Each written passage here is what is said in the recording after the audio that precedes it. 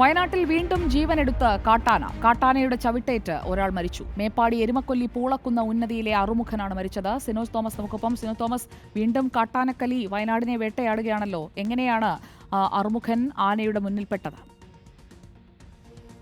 സുജാപാർവതി, രാത്രി 9 മണിയോടുകൂടിയാണ് ഈ ആക്രമണം സംഭവിക്കുന്നത്. ഇപ്പോഴും ആ മേഖലയിൽ കാട്ടാന തമ്പടിച്ചിരിക്കുന്നു എന്നാണ് നാട്ടുകാർ പറയുന്നത്. ഇത് തേയിലത്തോട്ടമാണ്.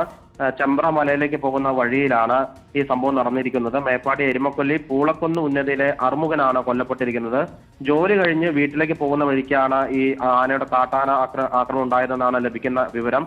വനപാലകർ ആ പ്രദേശത്തേക്ക് പോയിട്ടുണ്ട്. പക്ഷെ ഇപ്പോഴും ആനക്കൂട്ടം ഇപ്പോഴും ആ എസ്റ്റേറ്റ് മേഖലയിൽ തേയിലത്തോട്ടത്തിൽ തമ്പടിച്ച് ഇരിക്കുകയാണെന്നാണ് അവിടുത്തെ പ്രദേശവാസികൾ പറയുന്നത്. ഏതായാലും ഈ വയനാട്ടിൽ ഈ വർഷം മാത്രം കാട്ടാന ആക്രമണത്തിൽ നടക്കുന്ന 3ാമത്തെ മരണമാണ്. ഇതിനു മുൻപ് തുടരണം. ഇപ്പോൾ വാർഡ് മെമ്പർ അബ്ദുൾ അസീസ് നമുക്കൊപ്പം ചേരുകയാണ് ടെലിഫോൺ ലൈനിൽ.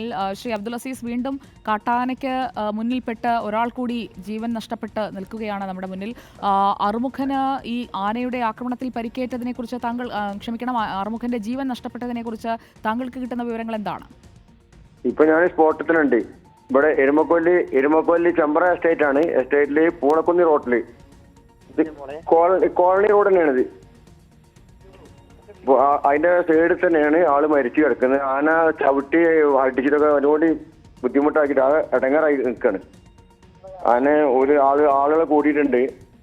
പിന്നെ ഫോറസ്റ്റ്, പോലീസ് എല്ലാ ആളുകളും എത്തിയിട്ടുണ്ട്. ആ ഒരു അവസ്ഥയാണ് ഇപ്പൊ ഉള്ളത്.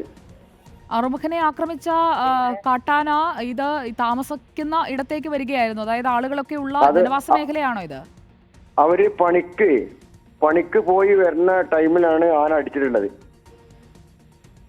പണി കഴിഞ്ഞു വരികയാണ് അവര്. കാട്ടാനയുടെ ശല്യമുള്ള മേഖലയാണോ അത്?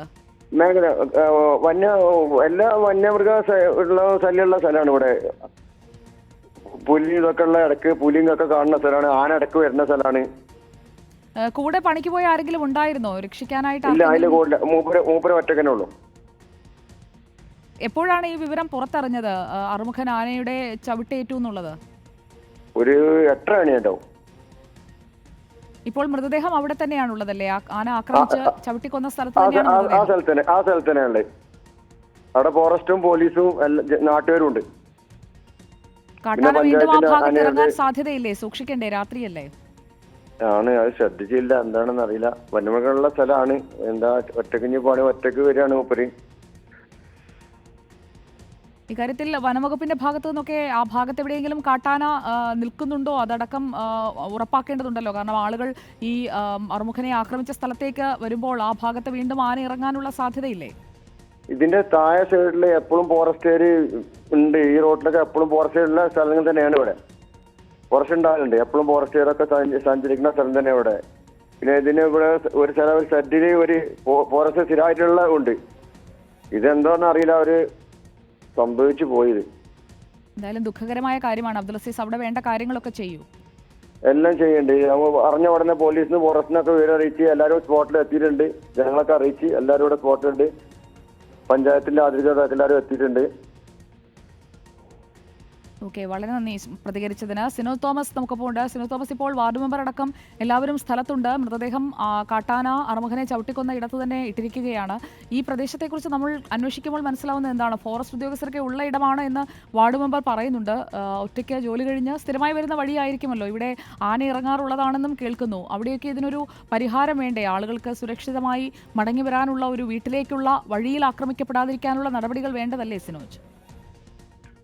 സുജയ, തീർച്ചയായിട്ടും ഈ മേഖല എന്ന് പറയുന്നത് വന്യമൃഗ ശല്യം രൂക്ഷമായ പ്രദേശം തന്നെയാണ്. കാട്ടാന, അതോടൊപ്പം തന്നെ പുലി, കുരങ്ങ്, അങ്ങനെയുള്ള എല്ലാ വന്യമൃഗങ്ങളും നാട്ടിലേക്ക് ഇറങ്ങുന്ന ഒരു എസ്റ്റേറ്റ് മേഖലയാണ്. ചെമ്പ്ര എസ്റ്റേറ്റിന്റെ ഭാഗമാണ്. അതോടൊപ്പം തന്നെ ചെമ്പ്ര മലയിലേക്ക് കൂടി ടൂറിസ്റ്റുകൾ ഉൾപ്പെടെ പോകുന്ന പ്രദേശം കൂടിയാണ് ഈ മേഖല എന്ന് പറയുന്നത്. അറുമുഖൻ ജോലി കഴിഞ്ഞ് വീട്ടിലേക്ക് സ്ഥിരം പോകുന്ന വഴിയിലൂടെ പോകുന്ന സമയത്താണ് ഈ സംഭവം നടക്കുന്നതെന്ന് അറിയുന്നു. ചെമ്പ്ര എസ്റ്റേറ്റിൽ വെച്ചാണ് കാട്ടാനയുടെ ചവിട്ടേറ്റാണ് അറുമുഖൻ കൊല്ലപ്പെട്ടിരിക്കുന്നത്. ഞാൻ നേരത്തെ സൂചിപ്പിച്ചതുപോലെ തന്നെ വയനാട്ടിൽ ഈ വർഷം മാത്രം ഇത് 3ാമത്തെ മരണമാണ് കാട്ടാനയുടെ ആക്രമണത്തിൽ നടക്കുന്നത്.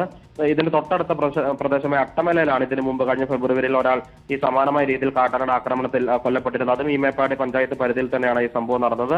അതിന് തൊട്ടടുത്ത ദിവസങ്ങളിലാണ് ബത്തേരി നൂൽപ്പുഴയിലും ഒരു നീലഗിരി സ്വദേശി മാനു കൊല്ലപ്പെട്ടിരുന്നു.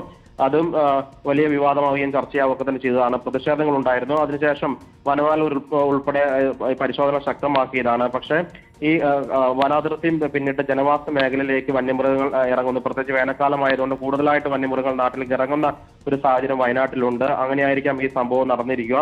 ഏതായാലും വാർഡ് മെമ്പർ പറഞ്ഞതുപോലെ തന്നെ വനപാലകർ ഉൾപ്പെടെ ഈ പ്രദേശത്തൊക്കെ തന്നെ പെട്രോളിംഗ് നടത്തുന്ന ഒരു സ്ഥലമാണ്.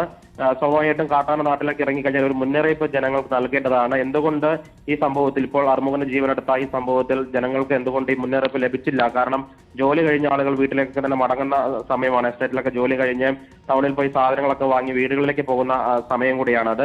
അങ്ങനെ കാട്ടാന എസ്റ്റേറ്റിലോ മറ്റു നാട്ടിലൊക്കെ ഇറങ്ങിയിട്ടുണ്ടെങ്കിൽ എന്തുകൊണ്ട് മുന്നറിയിപ്പ് അവിടുത്തെ ഉന്നതികളിൽ താമസിക്കുന്ന അവിടുത്തെ ആളുകൾക്ക് എന്തുകൊണ്ട് നൽകിയില്ല എന്നൊരു ചോദ്യം കൂടെ അവശേഷിക്കുന്നുണ്ട്. ഏതായാലും ദാരുണമായ സംഭവം, ഒരു ജീവനും കൂടി കാട്ടാനയുടെ ആക്രമണത്തിൽ നഷ്ടമായിരിക്കുന്നു. വയനാട്ടിൽ ഈ വർഷം മാത്രം ഇത് 3ാമത്തെ മരണമാണ് സംഭവിക്കുന്നത് കാട്ടാന ആക്രമണത്തിൽ.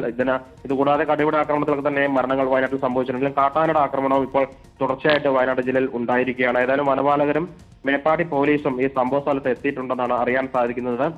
പ്രദേശത്ത് തേയിലത്തോട്ടത്തിൽ തന്നെ കാട്ടാനകൾ ഉണ്ടെന്നും അവിടുത്തെ നാട്ടുകാർ പറയുന്നുണ്ട്. രാത്രി ആയതുകൊണ്ട് തന്നെ അതിന്റെ ഒരു പ്രായോഗിക ബുദ്ധിമുട്ട് വനപാലകർക്കുമുണ്ട്. ഏതായാലും ആനശല്യം രൂക്ഷമായ ഒരു പ്രദേശമാണ്. അവിടെയാണ് സ്ഥിരതാമസക്കാരനായ അവിടുത്തെ ആ പ്രദേശത്ത് ജോലി ചെയ്യുന്ന ആറുമുഖന്റെ ജീവൻ നഷ്ടമാകുന്ന സാഹചര്യം ഉണ്ടായിരിക്കുന്നു. സുജയ, സിനോജ് തോമസ് ആണ് വിവരങ്ങളുമായി നമുക്കൊപ്പം ചേർന്നത്. വയനാട്ടിൽ കാട്ടാനയുടെ ചവിട്ടേറ്റ് ഒരാൾ കൊല്ലപ്പെട്ടു എന്ന വാർത്തയാണ് ഇപ്പോൾ വരുന്നത്. ഇന്ന് വൈകിട്ട് പണി കഴിഞ്ഞ് വീട്ടിലേക്ക് വരുന്ന വഴിയാണ് ആറുമുഖനെ കാട്ടാന ആക്രമിച്ചത്. വയനാട്ടിൽ വീണ്ടും കാട്ടാനക്കലി, ഒരു ജീവൻ കൂടി കാട്ടാന എടുത്തിരിക്കുന്നു.